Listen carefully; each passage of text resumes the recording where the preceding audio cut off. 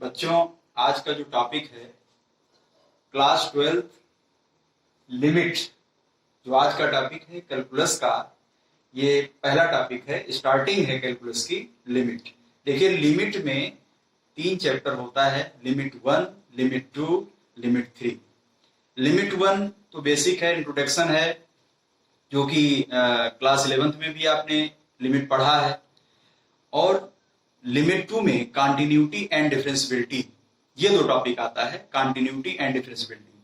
तो continuity and differentiability तो tough है अपेक्षाकृत 11th के, तो थोड़ा सा पहले फंडामेंटल क्लियर कर लीजिए। 12th क्लास में आपको कंटिन्यूटी डिफरेंशियबिलिटी पढ़ना है, लेकिन सबसे पहले तो आप लिमिट के बारे में जान लें कि लिमिट क्या है। तो इसको हिंदी में हम कहते हैं सीमा।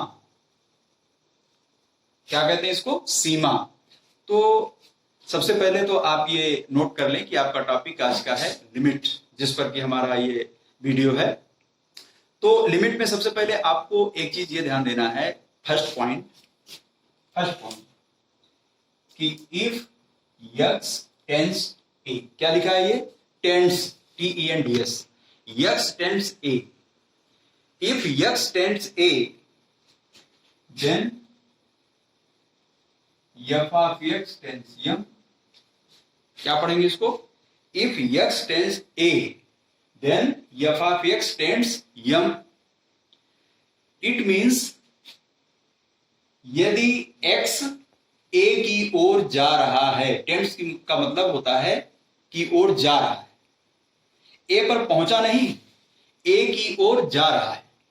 यदि x a की ओर जा रहा है तो f of x भी m की ओर जा रहा है, m पर पहुंचा नहीं है, not equal to m, and x is not equal to a। x a नहीं हो सकता, इस चीज को आप हमेशा क्लियर रखो अपने दिमाग में कि x a के इक्वल नहीं हो सकता। x a की ओर जा रहा है, पहुंचा नहीं। टेंड्स मीन्स होता है टेंडिंग मोशन है, जा रहा है लेकिन पहुंचा नहीं। तो x a की ओर जा रहा है तो f of x भी a की ओर जा रहा है।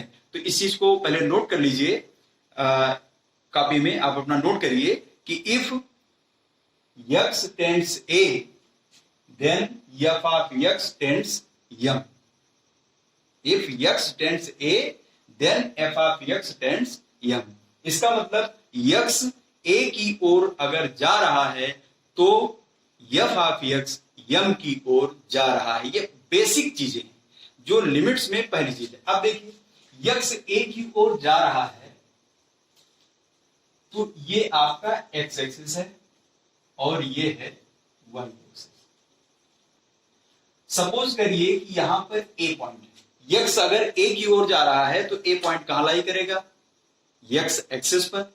जब a पॉइंट x एक्सिस पर लाई करेगा और x a की ओर जा रहा है, x एक्सिस पर कोई पॉइंट x है, वो a की ओर जा रहा है, तो या तो इधर होगा या तो इधर होगा, या तो वो बाएं से दाएं जा रहा होगा या तो दाएं से बाएं जा रहा होगा। a पॉइंट आपका कहां है? यहां, x एक्सिस पर। तो इसका मतलब क्या हुआ कि अगर बाएं से दाईं ओर जा रहा है तो वो x जो है वो a से छोटा होगा। अगर बाएं से दाएं जा रहा है तो वो x a से छोटा होगा। It means x is equal to a minus h। आपको किताबों में लिखा मिलता है LHL, left hand limit and right hand limit. This is LHL and RHL। x is equal to a minus h क्यों हुआ? क्योंकि x a की ओर जा रहा है और कहां जा रहा है? बाएं से दाएं जा रहा है, a पर पहुंचा नहीं है। x कभी a के इक्वल नहीं हो सकता, इस चीज को आप दिमाग में बिल्कुल बैठा लीजिए, क्योंकि a नहीं हो सकता। जैसे अगर मैं हूं और मैं कहूं कि मैं अपनी ओर जा रहा हूं तो मैं अपनी ओर कैसे जाऊंगा? इसलिए a की ओर जा रहा है, अगर x is equal to a हो जाएगा तो इसका मतलब हुआ कि a की ओर जा रहा है, तो मैं अपनी ओर कैसे जा सकता हूं? It is not possible. इसका मतलब क्या हुआ कि x ए की ओर जा रहा है लेकिन ए पर पहुंचा नहीं है। X is not equal to A. तो अब बच्चे इस चीज को आप लिख लीजिए पहले कि if x tends to a then f of x tends to m. It, आगे लिखिए, it is represented that limit x tends to a f of x is equal to m। ऐसे लिखा जाता है, limit x tends to a f of x is equal to m। it means if x tends to a, it means x a की ओर जा रहा है तो f of x भी m की ओर जा रहा है। जैसा कि आपको मैंने इस फिगर में बताया कि a point lie on the x axis.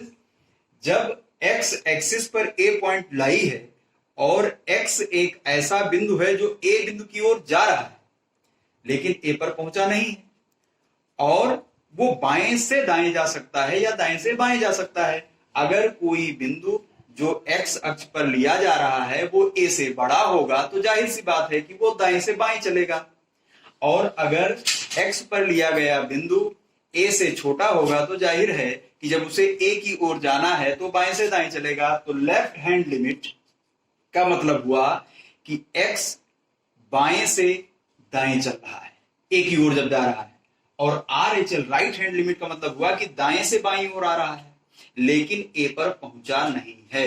इस चीज को आप खूब अच्छी तरह से नोट कर लें और अपने दिमाग में सेव कर लें कि x टेंड्स टू a का मतलब हुआ x is not equal to a। x is not equal to a। मैं बार बार आपको समझा दे रहा हूं कि x a नहीं हो सकता, x a की ओर जा रहा है। इस बात को आप पहला पॉइंट नोट कर लीजिए कि x tends to a then f of x tends to m is represented that limit x tends to a f of x is equal to m। ये बात हो गई। अब आप दूसरा पॉइंट इसमें समझें कि जैसे इसमें आपको कुछ जगह पर जब किसी लिमिट को एग्जिस्ट कराने का, एग्जिस्टेंस ऑफ लिमिट किसी पॉइंट पर एग्जिस्ट कर रही है कि नहीं, किसी पॉइंट पर उसको हिंदी में अस्तित्व कहते हैं कि किसी बिंदु पर कोई फलन अस्तित्व में है कि नहीं, इस चीज का आपको हम अगले वीडियो में स्पष्ट करेंगे कि existence of limit of any point, किसी भी पॉइंट पर किस तरह से कोई भी लिमिट, कोई भी फलन एग्जिस्ट करेगा इस चीज को, और किसी भी बिंदु पर फलन की सीमा कैसे ज्ञात करते हैं, फलन की लिमिट कैसे ज्ञात करते हैं, हम आपको नेक्स्ट वीडियो में देंगे। धन्यवाद।